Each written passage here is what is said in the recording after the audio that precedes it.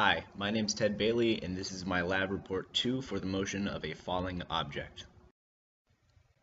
From Newton's second law, we see that the net force acting on an object is equal to the object's mass times the change in velocity over the change in time. We can then derive the second equation, which shows that the final velocity equals the initial velocity plus the net force over the mass times the time interval. This is the equation I will later use in my Python code. Since the acceleration due to gravity close to Earth's surface is a constant, where g equals 9.81 meters per second squared, the net force acting upon an object due to gravity is F equals mass times g.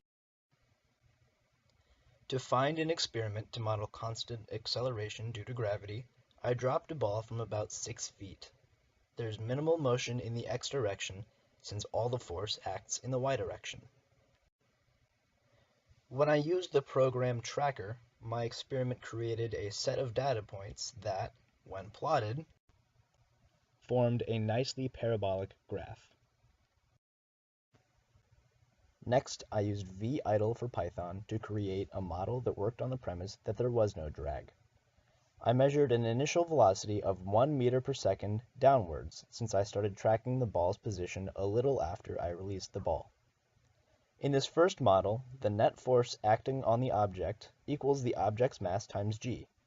This simplifies to the vector 0, negative 0.2352, 0.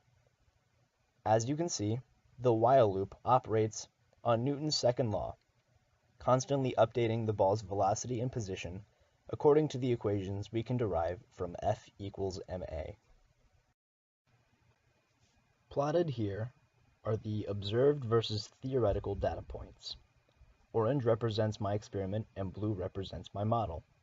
As you can see, the model fits the experimental data very well, but becomes slightly faster as time progresses.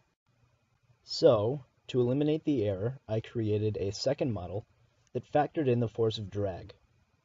The force of drag on an object can be found using the equation F equals 1/2 rho v squared times CD times the frontal area times j hat.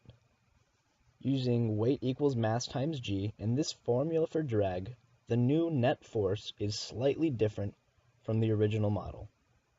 In a way, you could say that this proportionality B equals 1/2 rho times CD times the frontal area times j hat.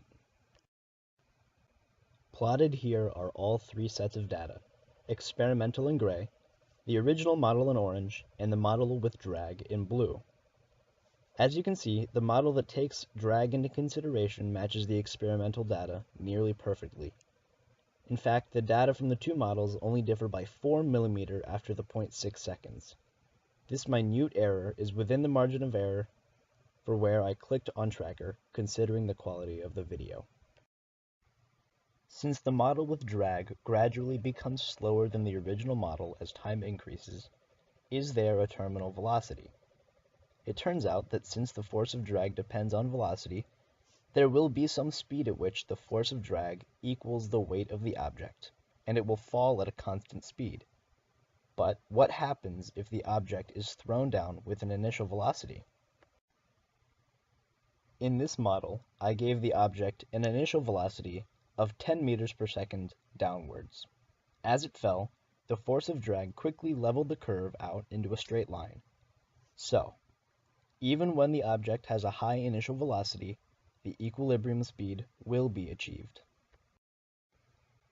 In summary, while the acceleration due to gravity remains constant, the acceleration due to drag does not. We used Newton's second law to create a model that was nearly perfect for the experiment I chose, differing by only 4 mm. This concludes my Lab 2 video report.